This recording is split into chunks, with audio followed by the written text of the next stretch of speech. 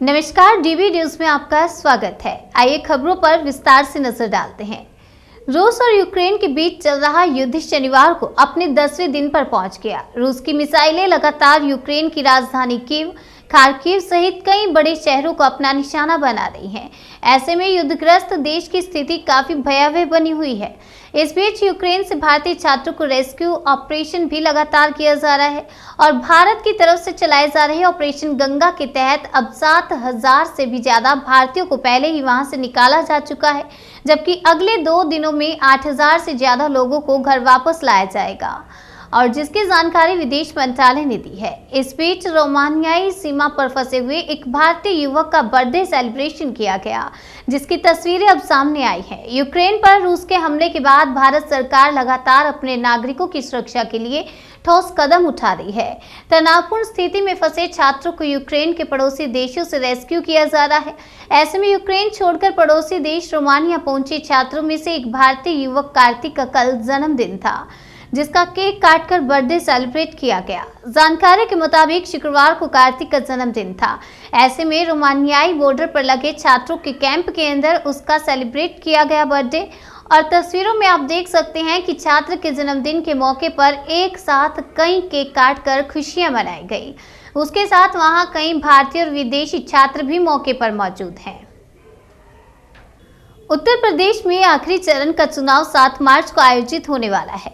इस बीच सीएम योगी आदित्यनाथ सोनभद्र की जनता के बीच पहुंचे। जनता को संबोधित करते हुए सीएम योगी ने कहा, हमने पिछले 5 साल में 5 लाख नौजवानों को सरकारी नौकरी दी और करोड़ जवानों को, आपको बता दें 2 करोड़ जवानों को स्वतः रोजगार देने का काम किया। भाजपा ने हर घर नल योजना के माध्यम से हर घर में पेयजल की व्यवस्था भी कराई है। और क्या कुछ कहा, सुनिए। भाइयों बहनों, नौकरी, रोजगार अथवा स्वतः रोजगार के साथ जोड़ने का काम भी भारतीय जनता पार्टी की डबल इंजन सरकार करेगी। आज इसीलिए आपके पास आए हो भाइयों बहनों। टैबलेट, स्मार्टफोन हम आज दे रहे हैं हर नौजवान को। समाजवादी पार्टी ने विरोध किया है। हमने तय किया है 10 मार्च के बाद अब सरकार बनेगी। अब भाइयों बहनों 2 करोड़ नौजवान को टैबलेट, स्मार्टफोन फ्री में उपलब्ध कराएंगे और कोचिंग खर्चा आएगा। ऑनलाइन एजुकेशन के लिए, ऑनलाइन प्रिपरेशन के लिए, ऑनलाइन एग्जामिनेशन के लिए ये सारा खर्चा सरकार उठाएगी। आप मुझे बताइए, पूरा क्षेत्र पेयजल के संकट से गुजरता था, पानी की किल्लत होती थी। अप्रैल मई तक पहुंचते पहुंचते लोगों के सामने भारी संकट आता था।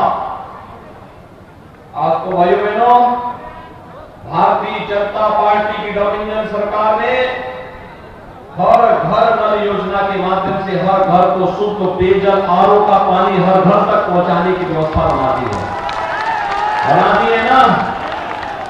और यही नहीं, स्वास्थ्य की सुविधा के लिए यहां के लोगों को भागना पड़ता था दूर, लखनऊ, दिल्ली।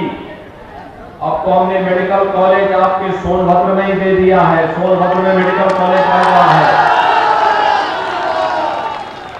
दूसरे क्षेत्र में हमने ITI दिया है, तमाम अन्य संस्थाएं दी है। और आज मैं आपको आश्वासन देने के लिए आया हूं। आपने सुना होगा, हमने तय किया है अनुसूचित जाति, अनुसूचित जनजाति, घुमंतु जाति, अति पिछड़ी जाति के हर उस परिवार को जिसके पास अपना मकान नहीं है, उसको मकान उपलब्ध करवाने का काम भी हम लोग करेंगे। हम एक हाथ से विकास कार्य करा रहे हैं, लेकिन जो माफिया गरीबों की संपत्ति पर कब्जा कर लेते थे, गुंडागिरी करते थे, गरीबों को सताते थे, अराजकता फैलाते थे, उन लोगों के लिए हम लोगों ने बुलडोजर भी तैयार किया है। दूसरे क्षेत्र के लोग मुझे बताइए, क्या आप लोगों को ये बुलडोजर ठीक लगता है कि नहीं लगता है? बुलडोजर चलना चाहिए ना, लेकिन चलाने के लिए एक दमदार सरकार चाहिए, दमदार सरकार। रूस यूक्रेन के बीच जंग जारी है। इस बीच ऑपरेशन गंगा के तहत स्वदेश लौटने वाले मेडिकल छात्रों को सरकार ने बड़ी राहत देने का निर्णय लिया। केंद्र सरकार ने इस संबंध में foreign medical graduate licensing act में बड़ा बदलाव करने जा रही है, ताकि यूक्रेन से लौटे छात्र और छात्राओं का भविष्य खराब ना हो। दरअसल अभी तक विदेशों के मेडिकल कॉलेजों से पढ़ाई करने वाले छात्रों को कोर्स की पूरी अवधि के अलावा ट्रेनिंग और इंटर्नशिप भारत से बाहर ही करनी होती है। ऐसे में यूक्रेन से लौट रहे और पूर्व में चीन से लौटे छात्रों के भविष्य को देखते हुए इसमें कुछ बदलाव किए गए हैं। अब विदेश में पढ़ रहे मेडिकल स्टूडेंट्स भारत आकर अपनी इंटर्नशिप पूरी कर सकते हैं। इससे पहले विदेश में पढ़ रहे छात्रों को अकादमिक सत्र के बीच में भारतीय मेडिकल कॉलेजों या संस्थानों में समायोजित करने की अनुमति नहीं थी।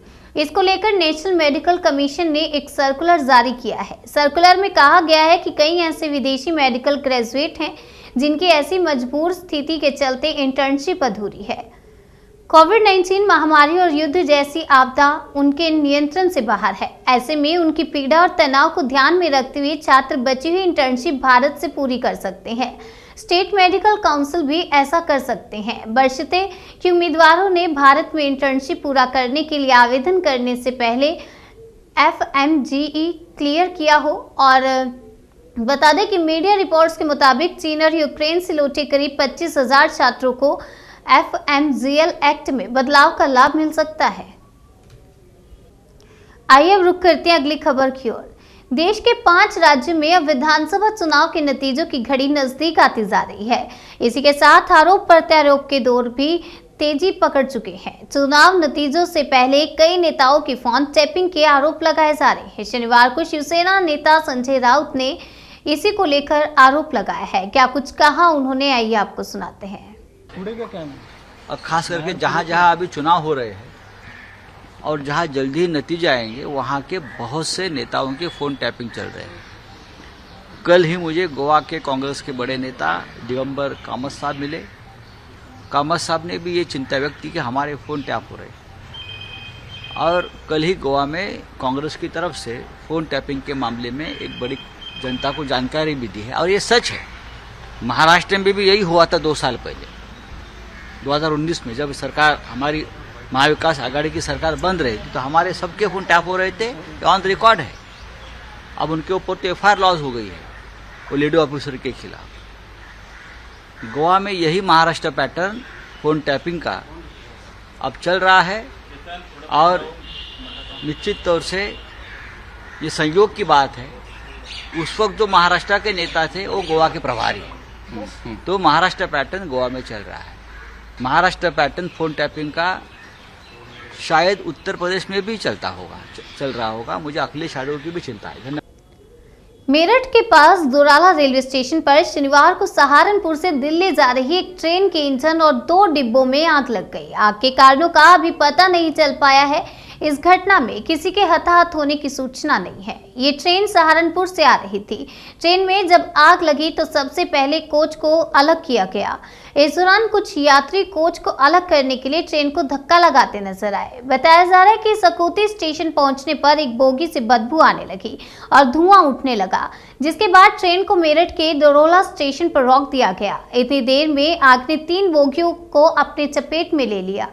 गनीमत रही कि तब तक ट्रेन की सभी बोगियों से यात्री उतर चुके थे। ड्राइवर ने समझदारी दिखाते हुए पहले ट्रेन की इलेक्ट्रिक लाइन काट दी। इसके बाद लोगों के साथ ट्रेन में धक्का लगाकर आग लगी बोगियों को काटकर अलग किया, जिससे भी एक बड़ा हादसा टल गया। वहीं DRM डिम्पी गर्ग ने बताया कि जांच के लिए SEG कमेटी गठित की गई है। मेरठ के chief fire officer Santosh Kumar ने कहा कि सुबह लगभग 7:39 के आसपास सूचना मिली कि दोरोला स्टेशन पर एक ट्रेन में आग लग गई। सूचना मिलने के बाद फायर ब्रिगेड की 7 गाड़ियां मौके पर पहुंच गई और आग पर काबू पाया गया। उन्होंने कहा कि संभवतः शॉर्ट सर्किट से आग लगी है। इधर ट्रेन के ड्राइवर अनिल कुमार का कहना है कि जैसे ही प्लेटफॉर्म पर गाड़ी आई तो पब्लिक चिल्लाने लगी कि धुआं निकल रहा है। इसके बाद ट्रेन को रोका गया और जिन बोगी में आग लगी थी उनको अलग किया गया। गनीमत रही कि इस पूरे हादसे में कोई यात्री घायल नहीं हुआ। एक बड़ा हादसा होने से टल गया।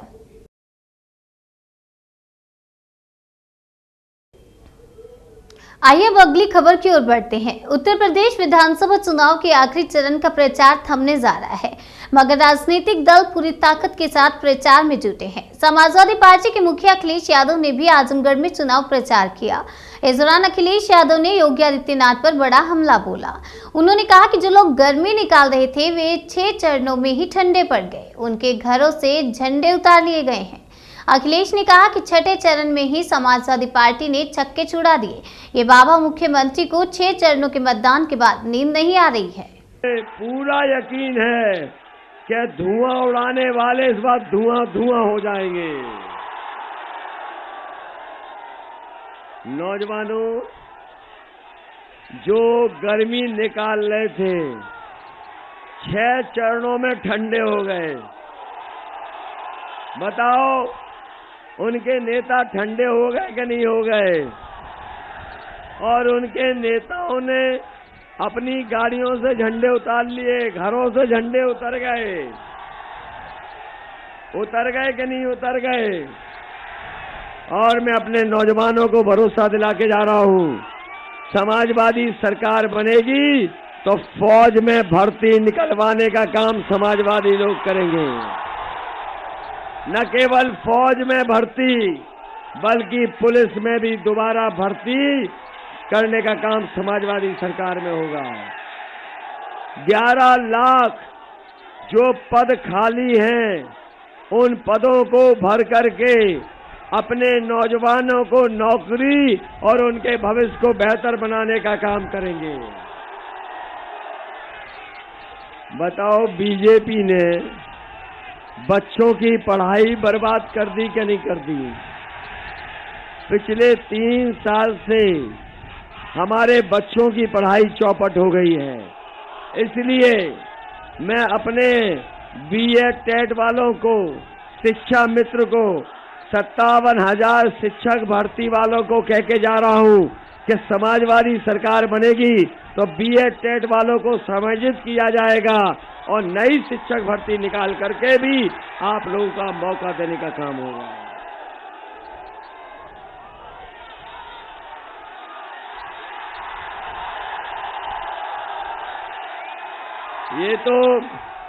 ये तो जानकारी मिल गई होगी कि छठवें चरण में ही भारतीय जनता पार्टी के छक्के उड़ा दिए गए और जब से पीले वाले समाजवादी पार्टी के साथ आ गए, बीजेपी का हर पुर्जा ढीला हो गया। और मुझे तो ये लगता है गोपालपुर आकर के कि जो गर्मी निकाल रहे थे, गोपालपुर वाले उनकी भाप निकाल देंगे इस बार। बताओ, भाप निकाल दोगे कि नहीं निकाल दोगे? ये बाबा मुख्यमंत्री जो हमें कह रहे थे कि 12 बजे सो के उठते हैं, जब से 6 चरण का चुनाव खत्म हुआ है उन्हें रात में नींद नहीं आ रही है। रात में आजकल धुआं मांगने लगे हैं, धुआं मांग रहे हैं। और सुनने में आया है कि मुख्यमंत्री आवास में पुताई वालों से काले धुएं के धब्बे भी पुतवाए जा रहे हैं। गंगूबाई काठियावाड़ी जो फिलहाल अभी चर्चा में थी, अब उसने कितनी कमाई की है आज हम आपको बताने वाले हैं। आलिया भट्ट स्टारर गंगूबाई काठियावाड़ी ने दर्शकों का दुनिया भर में दिल जीत लिया है। संजय लीला भंसाली द्वारा निर्देशित फिल्म गंगूबाई की कहानी लोगों को इतनी पसंद आई कि बॉक्स ऑफिस पर अब पैसों की बरसात हो रही है। इसी के साथ ही गंगूबाई की कमाई में बड़ा उछाल आया है। ऐसे में फिल्म ने 100 करोड़ का आंकड़ा छू लिया है। जी हां, फिल्म गंगूबाई काठियावाड़ी ने वर्ल्ड वाइड 100 करोड़ रुपए से ज्यादा की कमाई कर डाली। अब तक कितनी हुई गंगूबाई काठियावाड़ी की कमाई, चलिए देखते हैं। पहले हफ्ते में शानदार कमाई के बाद अब दूसरे हफ्ते में चल रही आलिया भट्ट की फिल्म शानदार परफॉर्म कर रही है। फिल्म गंगूबाई काठियावाड़ी ने वर्ल्ड वाइड बॉक्स ऑफिस पर 108 करोड़ 3 लाख रुपए जुटा लिए हैं। खुद भंसाली प्रोडक्शन हाउस ने सोशल मीडिया पर पोस्ट के जरिए इस बात का ऐलान किया है। अपने ऑफिशियल इंस्टा अकाउंट से उन्होंने लिखा, इतना सारा प्यार देने के लिए थैंक यू। आप भी टिकट बुक कीजिए। इंडियन बॉक्स ऑफिस पर गंगूबाई ने लगभग 70 करोड़ रुपए की कमाई कर ली है। फिल्म दिन ब दिन कमाई के मामले में बढ़ोतरी कर रही है। बता दें, ओपनिंग डे यानी शुक्रवार को फिल्म गंगूबाई काठियावाड़ी ने 10 करोड़ 50 लाख रुपए कमाए थे। शनिवार को फिल्म ने कमाए थे 13 करोड़ 32 लाख रुपए। रविवार को फिल्म ने 15 करोड़ 30 लाख रुपए की कमाई की थी। फिर सोमवार को गंगूबाई ने 8 करोड़ 19 लाख रुपए बटोरे थे। मंगलवार की बात की जाए तो संजय लीला भंसाली की फिल्म ने 10 करोड़ 1 लाख रुपए जुटाए। बुधवार को 6 करोड़ 21 लाख की कमाई हुई और दूसरे हफ्ते में शुक्रवार को फिल्म ने कमाए 5 करोड़ रुपए। इस हिसाब से फिल्म ने भारत में टोटल 73 करोड़ 94 लाख रुपए कमा डाले। और साथ ही साथ क्या रहा अमिताभ बच्चन की झुंड का हाल, वो भी आपको बताते हैं। इसके अलावा अमिताभ बच्चन की फिल्म झुंड ने ओपनिंग डे पर 1 करोड़ 50 लाख रुपए कमाए हैं। फिल्म एनालिसिस तरन आदर्श ने इस बारे में पोस्ट कर बताया कि फिल्म को लेकर कहा जा रहा है कि दूसरे और तीसरे दिन में अमिताभ बच्चन की ये फिल्म अच्छी कमाई कर सकती है।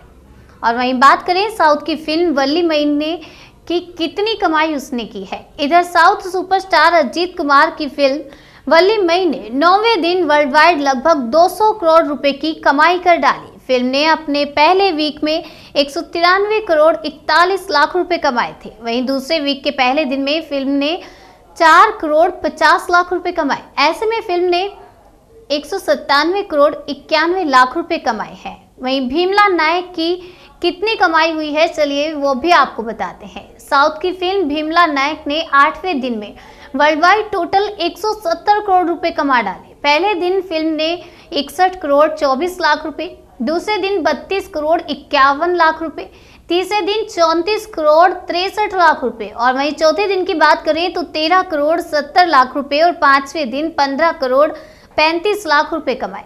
और छठे दिन की बात करें तो 8 करोड़ 10 लाख रुपए और सातवें दिन 5 करोड़ 21 लाख रुपए की कमाई की थी। डीबी न्यूज में आज के लिए फिलहाल इतना ही। तब तक के लिए मुझे दीजिए इजाजत और देखते रहिए डीबी न्यूज।